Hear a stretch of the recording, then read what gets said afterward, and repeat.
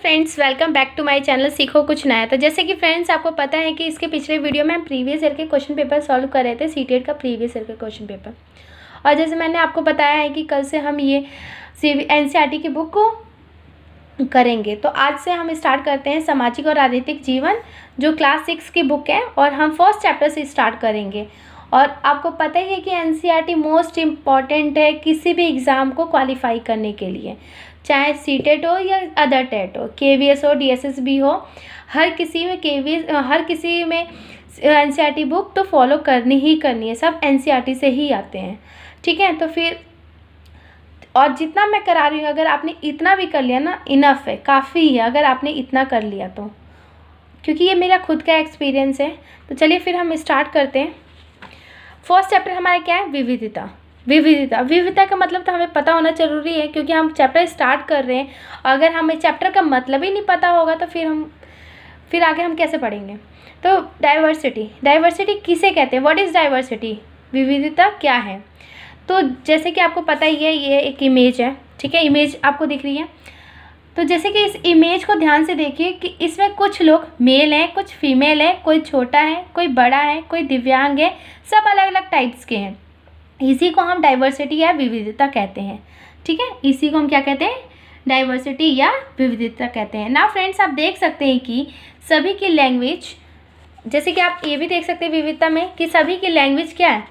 सभी की लैंग्वेज अलग हो सकती है। कोई बंगाली, कोई गुजराती, कोई हिंदी, अलग अलग लैंग्वेज में बात करते हैं या अलग अलग लैंग्वेज में बोलते हैं, ठीक है। किसी का धर्म अलग होता है, किसी की संस्कृति अलग होती है, सब अलग अलग प्रकार के होते हैं। इसी को हम क्या कहते हैं? विविधता कहते हैं, ठीक है।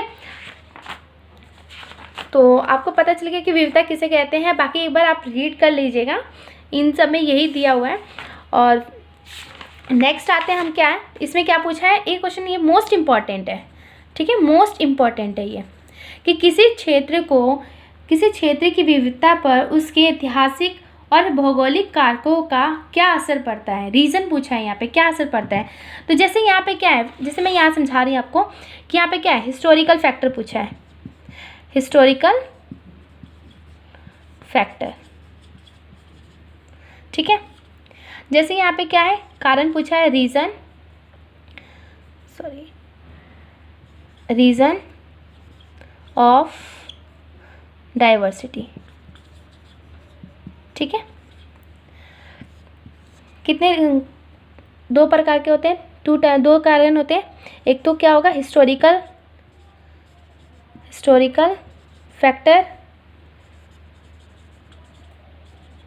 और दूसरा क्या होगा, जियोग्राफिकल फैक्टर, ठीक है। यहाँ तक समझ आ गया? 2 टाइप्स के होते हैं। आगे हम चलते हैं। आगे क्या है, जैसे कि अब यह आप कैसे आप पता करेंगे कि जियोग्राफिकल और हिस्टोरिकल फैक्टर कैसे होते हैं और क्या होते हैं। तो चलिए फिर हम स्टार्ट करते हैं। जैसे हिस्टोरिकल फैक्टर में, जैसे कि मान लीजिए यहाँ पे क्या है, सिटी ए है और यहाँ क्या है, सिटी बी है, ठीक है। अब सिटी ए में, फॉर एग्जांपल, सिटी ए में इतने लोग रहते हैं और सिटी बी में इतने लोग रहते हैं, यानी सिटी ए में 8 लोग रहते हैं और सिटी बी में 4 लोग रहते हैं, ठीक है। किसी कारणवश, यानी अकाल के कारण भी हो सकता है, युद्ध के कारण भी हो सकता है, बाढ़ के कारण, या लोग एक स्थान से दूसरे स्थान बसने के लिए भी जा सकते हैं। तो मान लीजिए यहाँ के लोग यहाँ जाके बस गए, ठीक है। यहाँ से 3 लोग इधर जाके बस गए, ठीक है। तो ये क्या है, ये अपने साथ साथ क्या ले जाएंगे? अपनी संस्कृति ले जाएंगे, अपना धर्म लेके जाएंगे, अपनी भाषा लेके जाएंगे। तो ऐसे ही एक स्थान से दूसरे स्थान पे, फॉर एग्जांपल हमारा भारत देश क्या है, एक धर्मनिरपेक्ष देश है, लोकतांत्रिक देश है। यहाँ पे कोई भी एक स्थान से दूसरे स्थान पे आकर रह सकता है। सबकी अपनी धर्म, संस्कृति, सब कुछ अलग अलग है, ठीक है। तो यही है यहाँ पे हिस्टोरिकल फैक्टर में भी कि सिटी ए में इतने लोग हैं, सिटी बी में कुछ लोग यहाँ के किसी कारणवश यहाँ जाके रह सकते हैं। तो कारण कुछ भी हो सकता है, कोई युद्ध के कारण भी हो सकता है, बाढ़ के कारण भी हो सकता है, लोग एक स्थान से दूसरे स्थान बसने भी जा सकते हैं, कुछ भी हो सकता है। ठीक है, तो इसी को हम क्या कहते हैं, हिस्टोरिकल फैक्टर। हिस्टोरिकल फैक्टर आपको समझ आ गया। तो चलिए फिर हम स्टार्ट करते हैं जियोग्राफिकल फैक्टर। भौगोलिक कारक क्या हो सकते हैं। भौगोलिक कारक में जैसे कि आपने ये मोस्ट इम्पॉर्टेंट है, ये जितने मैंने मार्क किए ना ये क्वेश्चंस, ये पेपर में आने ही है और इनफ है। अगर आपने इतना कर लिया ना तो काफ़ी इनफ है ये। तो देखिए यहाँ पे क्या है, लद्दाख जम्मू और कश्मीर के पूर्वी हिस्से में पहाड़ियों में बसा एक रेगिस्तानी इलाका है। यहाँ पे बहुत ही कम खेती संभव है। ठीक है, यहाँ इलाका हर वर्ष काफ़ी लंबे समय तक बर्फ़ से ढका रहता है और पीने के पानी के लिए लोग गर्मी के महीने में पिघलने वाले बर्फ़ पर निर्भर रहते हैं। वहाँ पीने का पानी नहीं हो पाता है क्योंकि पूरा बर्फीला इलाका है, वहाँ पे बर्फ़ वगैरह रहते हैं। तो गर्मी के मौसम में ही क्या होता है, ये पानी बर्फ़ पिघलते हैं। और यहाँ के लोग एक ख़ास किस्म की बकरी पालते हैं जिससे पश्मीना ऊन मिलता है। यह ऊन कीमती है, इसलिए पश्मीना शॉल बड़ी महंगी होती है। ठीक है, यहाँ पे व्यापार का भी एक साधन है, जो क्या है, पश्मीना शॉल वगैरह बनाई जाती है। कश्मीर में ही पश्मीना शॉलें बुनी जाती हैं। लोग यहाँ पे अब जीने के लिए, जीवन यापन के लिए भी कुछ ना कुछ चाहिए ही, तो लोग दूध से बने पदार्थ, मक्खन, मांस खाते हैं। परिवार के पास कुछ गाय, बकरी और याक होती है। ठीक है, ये जीवन यापन उनके जीवन मर्रा ये एक ज़िंदगी है। ठीक है, यहाँ पे रहने के लिए वो अपने ये, जैसे कि हम क्या करते हैं, एक जॉब करते हैं, जॉब करने के लिए क्या, अपना जीवन यापन करने के लिए, अपना घर का खर्चा उठाने के लिए हम जॉब करते हैं। उसी तरीके से ये भी अपना जीवन यापन करने के लिए क्या, लोग भेड़ बकरी वगैरह पालते हैं ताकि उनके दूध से उनके घर का जीवन यापन, उनके परिवार का जीवन यापन अच्छी हो सके। और लद्दाख के रास्ते ही बौद्ध धर्म तिब्बत पहुंचा। लद्दाख को छोटा तिब्बत भी कहते हैं। पेपर में आया हुआ है कि लद्दाख छोटा तिब्बत किसे कहते हैं, तो लद्दाख को छोटा तिब्बत कहते हैं। अच्छी खासी संख्या में मुसलमान रहते हैं यहाँ पे। लद्दाख में गाने और कविताओं का बहुत ही समृद्ध मौखिक संग्रह है। तिब्बत का एक ग्रंथ केसर सागा लद्दाख में काफ़ी प्रचलित है। तिब्बत का एक ग्रंथ कौन सा है, सबसे महत्वपूर्ण ग्रंथ है ये, केसर सागा लद्दाख। ठीक है, केसर सागा लद्दाख है। उसके स्थानीय रूप को मुसलमान और बौद्ध दोनों ही लोग उस पर नाटक खेलते हैं। ठीक है, उस पर क्या करते हैं, नाटक खेलते हैं। और नेक्स्ट क्या आते हैं, जैसे कि यहाँ पे आपने देखा हुआ है तिब्बत के रास्ते, जैसे ये क्या है, फॉर एग्जाम्पल ये क्या है, भारत का क्या है, ये मैप है। क्या है, भारत का मैप है। ठीक है, अब यहाँ पे क्या है, ये इंडिया है। ठीक है, और यहाँ पे क्या है, ये एक बहुत बड़ा ये चाइना है, दिख रहा है आपको, चाइना है। और यहाँ पे क्या है, तिब्बत है। ठीक है, अब ये जितने भी व्यापारी इसी रास्ते से गुजरते हुए आते हैं, चाइना से होते हुए, यहाँ पे तिब्बत है। और यहाँ पे बुद्ध धर्म, यहाँ पे क्या क्या कह रहा है कि बौद्ध दोनों ही लोग आते हैं। तो यहाँ पे बौद्ध धर्म के जितने भी अनुयायी वो सब यहाँ जाते हैं, तो यहीं पर रास्ते में मिलता है। तो ये सब एक दूसरे से अटैचमेंट है।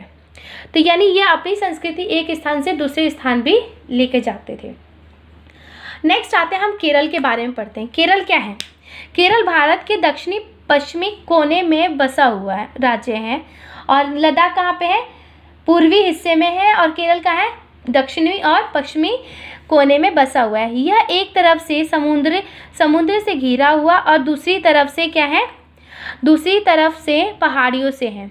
इन पहाड़ियों पर विविध प्रकार के मसाले और काली मिर्च, लौंग, इलायची आदि उगाए जाते हैं। और इन मसालों के कारण यह क्षेत्र व्यापारियों के लिए बहुत ही आकर्षक बना है। सबसे पहले अरबी एवं यहूदी व्यापारी केरल आए हैं और ईसा मसीह के धर्मदूत संत थॉमस लगभग 2000 साल पहले आए। सबसे पहले यहाँ पे क्रिश्चियनिटी यहाँ पे सबसे पहले आई थी। ठीक है, सबसे पहले यही आए थे। कौन लेकर आया था, धर्मदूत संत थॉमस लेकर आए। और अरब से कई व्यापारी अरब से कई व्यापारी यहाँ आकर बस गए। इब्न बतूता ने जो करीब 700 साल पहले यहाँ आए, यात्रा वृत्तांत में मुसलमानों के जीवन का विवरण देते हुए लिखा कि मुसलमान समुदाय की यहाँ बड़ी इज्जत थी। ठीक है, बड़ी इज्जत थी। नेक्स्ट आते हैं कि वास्को डी गामा के जहाज से यहाँ पहुँचे तो पुर्तगालियों ने यूरोप से भारत तक का समुद्री रास्ता जाना। वास्को डी गामा कौन थे? पुर्तगीज थे जो क्या किसकी खोज में आए थे भारत? तो समुद्र के रास्ते केरल आए थे। ठीक है, केरल आए थे। तो यहाँ पे इनके आने के बाद पता चला कि यहाँ पे तो मसाले की खेती ज़्यादा अच्छी होती है, तो वो क्या करते थे, यहाँ से मसाले लेकर जाते थे और अपने वहाँ पे क्या करते थे, व्यापार करते थे। नेक्स्ट आते हैं हम, इन सभी ऐतिहासिक प्रभावों के कारण केरल के लोग विभिन्न धर्मों का पालन करते हैं जिनमें यहूदी, इस्लाम, ईसाई, हिंदू एवं बौद्ध धर्म शामिल है। यहाँ पे मछली पकड़ने के लिए जो जाल इस्तेमाल किए जाते हैं वे चीनी जालों से हूबहू मिलते हैं और उन्हें चीना वल्ला कहते हैं। तलने के लिए लोग बर्तन इस्तेमाल करते हैं जिसे चीना चट्टी कहते हैं। ये सीटेट के एग्ज़ाम में ऐसे क्वेश्चंस आते हैं। इसमें चीन शब्द इस बात की ओर इशारा करता है कि उसकी उत्पत्ति कहाँ हुई होगी। ठीक है, तो चीन से ही पता चला है कि इसकी उत्पत्ति कहाँ हुई। नेक्स्ट आते हैं, इसका पूरा कंक्लूजन क्या निकलता है? चीन और लद्दाख का कंक्लूजन निकलता है कि जहाँ केरल और लद्दाख की भौगोलिक स्थितियाँ एक दूसरे से बिल्कुल अलग है, वहीं हम ये देखते हैं कि दोनों क्षेत्रों के इतिहास में एक ही प्रकार के सांस्कृतिक प्रभाव हैं और दोनों ही क्षेत्रों को चीन और अरब से आने वाले व्यापारियों ने प्रभावित किया। जहाँ केरल की भौगोलिक स्थिति ने मसालों की खेती से संभव बनाई, वहीं लद्दाख की विशेष भौगोलिक स्थिति और ऊन ने व्यापारियों को अपनी ओर खींचा। ऊन यानी पश्मीना शॉल जो है ना, वो इन सब चीज़ों का व्यापार करते हैं। इस तरह पता चलता है कि किसी भी क्षेत्र के सांस्कृतिक जीवन का उसके इतिहास और भूगोल से प्राय गहरा रिश्ता होता है। ठीक है, पूरा कंक्लूजन है केरल और लद्दाख का। नेक्स्ट टॉपिक पे आते हैं, विविधता में एकता। भारत की विविधता या अनेकता को उसकी ताकत का स्रोत माना जाता है। ठीक है, माना गया है। और आपको पता है विविधता में एकता का नारा किसने दिया था? पंडित जवाहरलाल नेहरू ने। तो जवाहरलाल नेहरू ने अपनी किताब भारत की खोज में लिखा कि भारत की विविधता का वर्णन करते हुए अनेकता में एकता का विचार हमें दिया।